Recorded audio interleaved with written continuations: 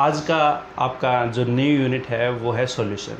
Class 12th के लिए आपकी ये यूनिट है और ये आपका पहला चैप्टर है सॉल्यूशन। पहले आपका दूसरा चैप्टर होता था सॉलिड स्टेट, आपका ये हटा दिया है। अभी भी जो सिलेबस है वो रिडक्शन की बात चल रही है।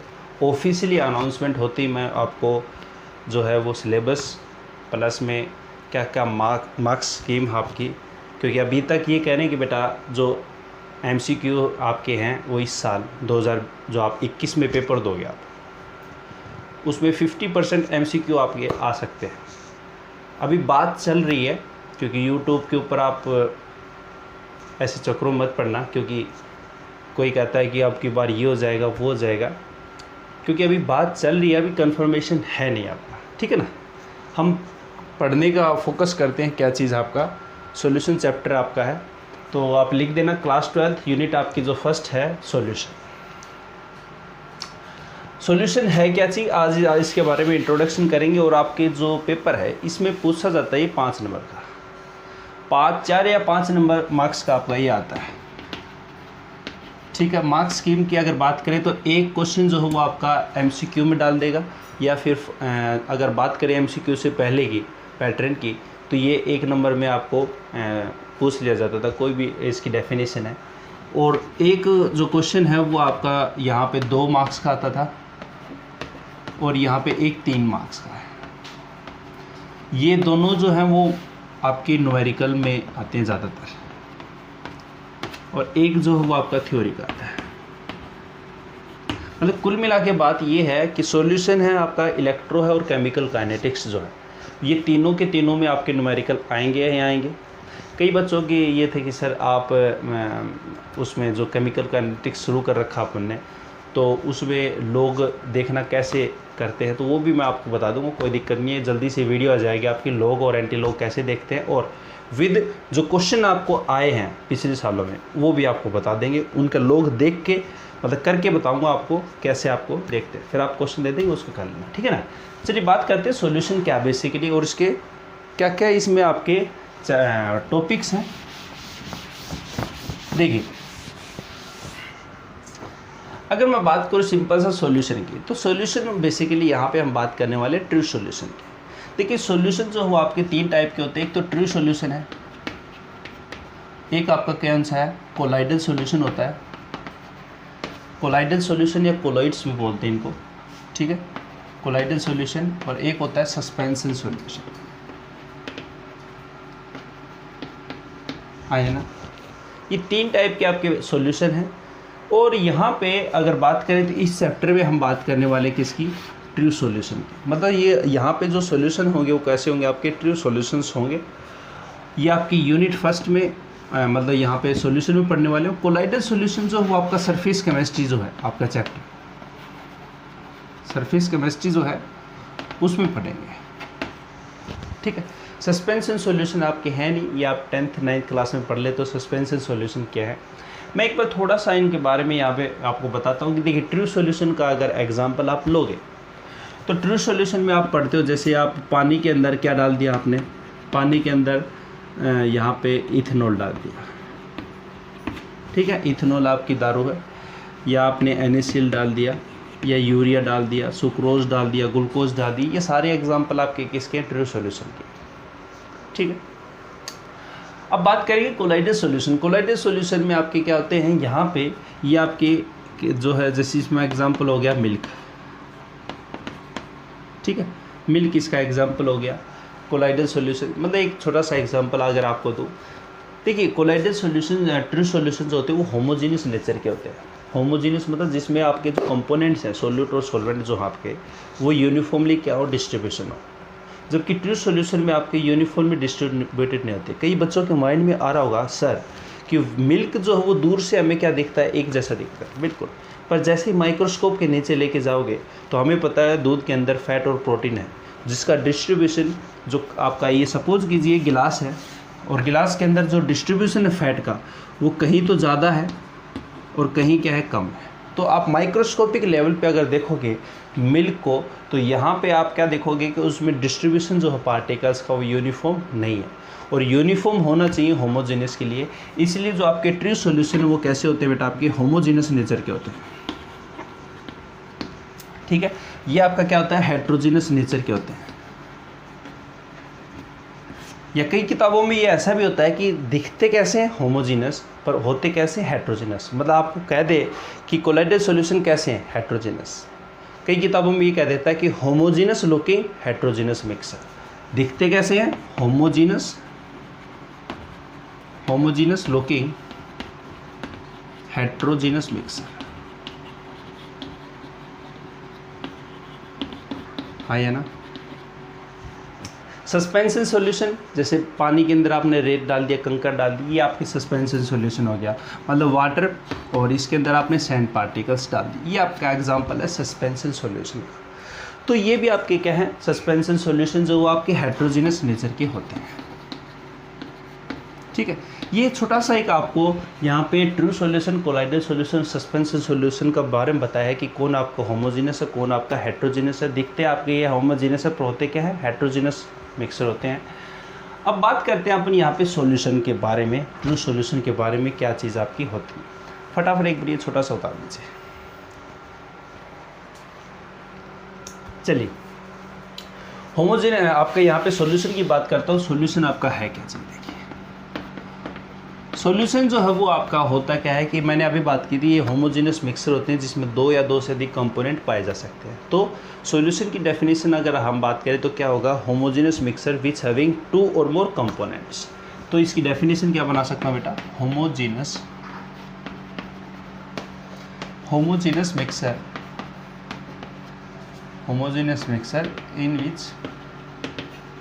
in which 2 or more components are present, known as solution। ठीक है बेटा, सॉल्यूशन आपका क्या है, वो होमोजेनियस मिक्सर जिसमें 2 या 2 से अधिक आपके कंपोनेंट पाए जाते हैं, उसको क्या बोलते हैं, सॉल्यूशन बोलते हैं। जैसे एग्जांपल देख लीजिए, आप कोई दिक्कत नहीं। जिसमें मैंने क्या किया, पानी ले लिया, वाटर है आपका, इसके अंदर मैंने क्या डाल दिया, यहाँ पे शुगर डाल दी, इसके अंदर मैंने नमक भी डाल दिया। ठीक है, थोड़ा सा।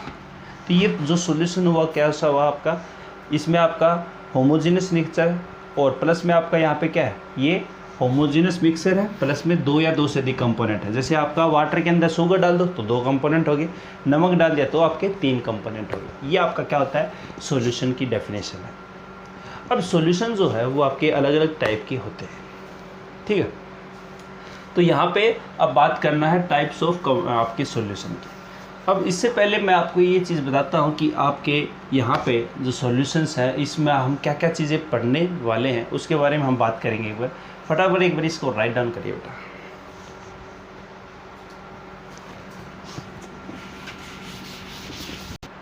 चलिए बात करते हैं सॉल्यूशन में, चैप्टर में आपके पास क्या क्या चीज़ें आने वाली हैं। सिंपल सा यहाँ पे देखिए, पहले हम बात करेंगे यहाँ पे सॉल्यूशन की डेफिनेशन हमने देख ली। अब यहाँ पे दूसरा आपको पहला जो टॉपिक होगा वो होगा टाइप्स ऑफ सॉल्यूशन।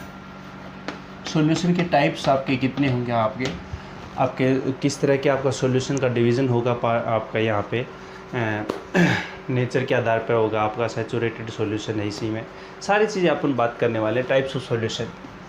दूसरा जो है वो आपका यहाँ पे देखेंगे कंसंट्रेशन टर्म्स। ठीक है, कंसंट्रेशन टर्म्स आपके यहाँ पे देखने वाले हैं, आपके percentage W/W, percentage V/V, percentage W/V, mole fraction, आपका मोलरिटी, ppm, नॉर्मलिटी, ये सारी चीज़ें अपन देखने वाले हैं। ठीक है ना। थर्ड आपका यहाँ पे vapour pressure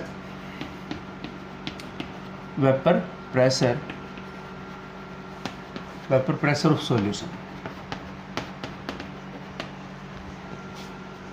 vapour pressure of solution, यहाँ पे वेपर प्रेशर ऑफ सॉल्यूशन जो है वो आपका क्या होगा, वेपर के द्वारा जो प्रेशर एग्जर्ट होता है उसको वेपर प्रेशर बोलते हैं। कितना वेपर प्रेशर लगेगा जब हम यहाँ पे सॉल्यूशन ले लें। तो ये क्या यहाँ पे क्या चीज़ बताई थी, रोल्स ने बताई थी। मतलब इससे पहले हम जो है वो सोल्यूबिलिटी का कॉन्सेप्ट देखें बेटा। यहाँ पे अगर सीक्वेंस चलें, इससे पहले सोल्यूबिलिटी भी आएगी आपकी, सोल्यूबिलिटी भी आएगी। क्या आएगी? सोल्यूबिलिटी ऑफ सॉलिड, और एक बार देखेंगे फिर लिक्विड गैस।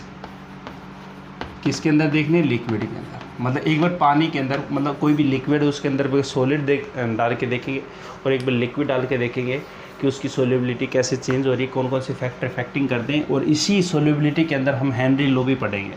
तो इसी के अंदर हम क्या पढ़ने वाले बेटा? Henry law. ठीक है बेटा। फिफ्थ जो आपका टॉपिक होगा वो आपका वेपर प्रेशर ऑफ सॉल्यूशन। कैसे आपका सॉल्यूशन का वेपर प्रेशर इफेक्ट होता है, जिसमें हम रोल्स लॉ की बात करेंगे। ठीक है, रोल्स लॉ आपका क्या होता है, डाल्टन लॉ क्या होता है आपका, ये सारी चीज़ें हम यहाँ पे देखेंगे। सिक्स्थ जो आपका यहाँ पे टॉपिक है वो आपका यहाँ पे ideal solution, non ideal solution, ideal solution, non ideal solution और एजियोट्रोपिक मिक्सर। एजियोट्रोपिक मिक्सर, इसी को बोलते हैं एजियोट्रोप्स। ठीक है, एजियोट्रोपिक मिक्सर को एजियोट्रोप्स भी बोलते हैं। और सेवन्थ जो है वो आपका कोलिगेटिव प्रॉपर्टी आ जाएगी। ठीक है, कोलिगेटिव प्रॉपर्टीज़, कोलिगेटिव प्रॉपर्टी आपकी 4 है। Relative lowering of vapour pressure, full form क्या बेटा? Relative lowering of vapour pressure. आपका elevation in boiling point, boiling point बड़ा है इसलिए एलिवेशन यूज़ करेंगे। और depression in freezing point, full form लिख लेना, डिप्रेशन इन फ्रीजिंग पॉइंट। ई elevation in boiling point, relative lowering of vapour pressure. और फिफ्थ आपका यहाँ पे एबनॉर्मल मास। इसमें आपको ये बताऊंगा कि कौन सी चीज़ आपकी इम्पोर्टेंट है न्यूमेरिकल पॉइंट ऑफ व्यू से। ठीक है, और एट्थ आपका यहाँ पे आ जाएगा कि एबनॉर्मल मास, एबनॉर्मल मास, जिसमें हम आई फैक्टर भी देखेंगे। वॉन टू फैक्टर लिख लो, इसको अलग लिख लो, चलो वॉन टू देखिए। अब इसमें आपके पास जो है वो एग्ज़ाम पॉइंट ऑफ व्यू से न्यूमेरिकल किस में पूछे जाते हैं। न्यूमेरिकल जो है वो कंसंट्रेशन टर्म्स है, हेनरी लॉ है, और कोलिगेटिव प्रॉपर्टीज़ हैं, न्यूमेरिकल इसमें भी आते हैं। और सबसे ज़्यादा इम्पोर्टेंट आपकी ये दोनों है, वॉन टू फैक्टर। न्यूमेरिकल इसमें देगा, और बच्चों को जो न्यूमेरिकल मुश्किल लगते हैं वो वॉन टू फैक्टर के ही लगते हैं, क्योंकि उसमें आई की वैल्यू बच्चों से कैलकुलेट नहीं होती। कोई बात नहीं, मैं आपको सारी चीज़ें बताऊंगा बेटा, न्यूमेरिकल भी करके दिखाऊंगा आपको।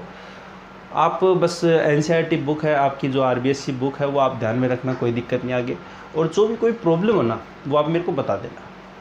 ठीक है, तो यहाँ पे आपके पास क्या क्या चीज़ें हैं वो फटाफट एक बार राइट डाउन कर लीजिए। ये न्यूमेरिकल है। थ्योरी की जो चीज़ें आएंगी वो आपकी टाइप्स ऑफ सॉल्यूशन में नहीं पूछेगा, थ्योरी नहीं आएगी इसमें, क्योंकि मैंने देखा ये रोल्स लॉ जो है इसमें भी न्यूमेरिकल आते हैं प्लस में थ्योरी भी आती है, न्यूमेरिकल प्लस में theory. Ideal solution, non ideal solution, इसके ग्राफ जो है वो इम्पोर्टेंट है। इसमें हम ग्राफ देखेंगे, इसके कैसे ग्राफ प्लॉट होते हैं। ठीक है, थ्योरी मतलब इसमें थ्योरी भी आती है और ग्राफ भी आते हैं, दोनों ही चीज़ आती हैं। ठीक है, फटाफट एक बताइए। देखिए बेटा, जो अभी 2020 का जो पेपर हुआ था आपका, आप जो दोगे 2021 में दोगे। अभी 2020 में जो क्वेश्चन पूछे हैं आपके, वो एक नंबर में पूछा है कि identify which liquid having higher vapour pressure at 90 degree Celsius if boiling point of two liquid A and B are 140 degree and 180 degree Celsius respectively. एक तो एक नंबर का है, मैं आपको साइड में दे दूंगा, आपको क्वेश्चन मिल रहा होगा। कहने का भाव ये कह रहा है कि आपका यहाँ पे वेपर प्रेशर जो हो कि आपका 90 डिग्री पे किसका ज़्यादा होगा, दो आपके मतलब लिक्विड दे रखे हैं ए और बी का, मतलब एक नंबर का आपका एक क्वेश्चन है। दूसरा जो क्वेश्चन आपको दे रखा है बेटा, यहाँ पे आपको दे रखा है कौन सा, देखिए क्वेश्चन नंबर 25 है, for a 5% solution of urea calculate vapour osmotic pressure at 300 kelvin. R की वैल्यू आपको दे रखी है। 2 नंबर का क्वेश्चन आपका साइड में दिख रहा होगा आपको। और यहाँ पे सेक्शन सी में 3 नंबर का एक पूछा है कि calculate the mass of ascorbic acid, उसका मोलिकुलर मास दे रखा है, to be dissolve in 75 gram of acetic acid to lowering its vapour its freezing point by 1.5 degree Celsius. KF की वैल्यू आपको दे रखी है। मतलब यहाँ पे आपको 2 न्यूमेरिकल आपको आएंगे और एक आपका थ्योरी का क्वेश्चन आपको मिलेगा, जैसे कि मैंने आपको पहले बताया था। चलिए बात करते हैं अपन यहाँ पे आपका टाइप्स ऑफ सॉल्यूशन की। ठीक है, स्टार्ट करते हैं आपका टाइप्स ऑफ सॉल्यूशन। तो हेडिंग लिख देना टाइप्स ऑफ सॉल्यूशन।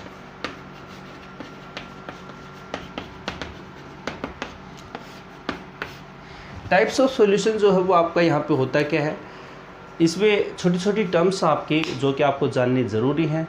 सोल्यूट क्या है, सोलवेंट क्या है, सैचुरेटेड सॉल्यूशन क्या है, आपके यहाँ पे डाइल्यूटेड सॉल्यूशन क्या है, कंसनट्रेटेड सॉल्यूशन क्या है, सुपर सैचुरेटेड सॉल्यूशन क्या है। मतलब इस तरह की आपकी छोटी छोटी टर्म्स हैं जो कि आपकी आएंगी। देखिए टाइप्स ऑफ सॉल्यूशन में हम बात करने वाले हैं, सबसे पहला जो टाइप है वो डिपेंडिंग अपॉन कंपोनेंट्स। कंपोनेंट कितनी है आपकी, उसके आधार पर डिपेंडिंग अपॉन कंपोनेंट्स। कंपोनेंट के आधार पर जो सॉल्यूशन है वो आपके क्या है, कितने भी टाइप के हो सकते हैं, पर अपन जो पढ़ते हैं नॉर्मली वो बाइनरी सॉल्यूशन पढ़ते हैं। देखिए पहला सॉल्यूशन है बाइनरी सॉल्यूशन। बाइनरी सॉल्यूशन क्या होता है, जिसमें 2 कंपोनेंट, जैसे वाटर प्लस में उसमें शुगर डाल दिया, तो ये आपका बाइनरी सॉल्यूशन है। तो 2 ही कंपोनेंट आपको मिलेंगे। तो इसकी डेफिनेशन अगर कहूँ तो क्या हो गया, those solution in which two components are present known as binary solution। है ना, उनको क्या बोलेंगे बेटा, बाइनरी सॉल्यूशन बोलेंगे। एग्जाम्पल आप दे देना, वाटर प्लस में सॉल्ट या शुगर। ठीक है बेटा, बाइनरी सॉल्यूशन आपका हो गया। दूसरा इसी में टाइप का हो जाता है ट्राइनरी सॉल्यूशन। ट्राइनरी सॉल्यूशन कौन से होते हैं, जिसमें आपका यहाँ पे क्या हो बेटा कि जिसमें 3 कंपोनेंट हो। तो डेफिनेशन क्या हो जाएगी, दो solution in which 3 components are present known as, 2 की जगह 3 आ जाएगा, उसको क्या बोलेंगे, ट्राइनरी आपका सॉल्यूशन। इसी तरह से क्वाटनरी, पैटर्नरी आपके सॉल्यूशन होते हैं, पर आपको जो पढ़ना है वो बाइनरी सॉल्यूशन पढ़ना है। ठीक है, एग्जाम्पल आप ट्राइनरी का लो तो यहाँ पे ले सकते हो बेटा, यहाँ पे वाटर है, ग्लूकोज है और प्लस में सॉल्ट है। ये इसका एग्जाम्पल हो जाएगा आपका ट्राइनरी सॉल्यूशन का। ठीक है, थर्ड लिखो तो लिख देना, कोई दिक्कत नहीं। क्वाटनरी सॉल्यूशन क्या हो जाएगा, उसमें 2 solution in which 4 components are present known as quaternary solution. Quaternary solution में आप एग्जांपल ले देना, water plus sugar plus glucose plus urea. मतलब आप जो भी एग्जांपल देखो वहाँ ले सकते हो। ठीक है, आपको जो पढ़ना है वो है बाइनरी सॉल्यूशन। ठीक है, राइट डाउन आपने कर लिया होगा। चलिए बात करता हूँ मैं अब यहाँ पे बाइनरी सॉल्यूशन, ये आपका इम्पोर्टेंट है। देखिए बाइनरी सॉल्यूशन कुछ ऐसी इमेज कीजिए कि यहाँ पे सपोज कीजिए आपके पास लिक्विड है, लिक्विड में मैं यहाँ पे वाटर ले लेता हूँ। ठीक है बेटा, उसके अंदर मैंने क्या डाल दिया, शुगर डाल दिया।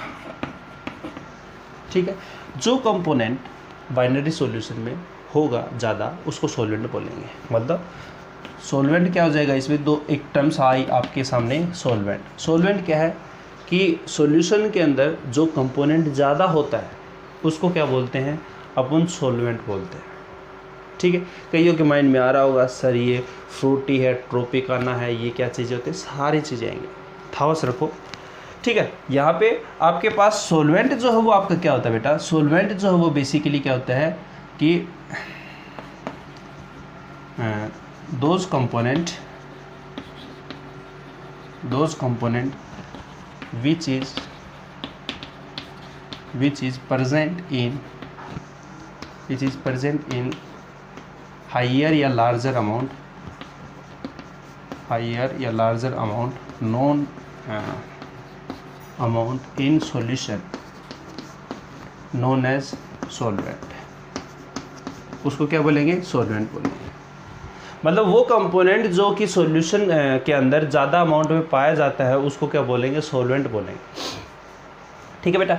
और जो कंपोनेंट आपका स्मॉलर या लेस अमाउंट में पाया जाए उसको क्या बोलेंगे?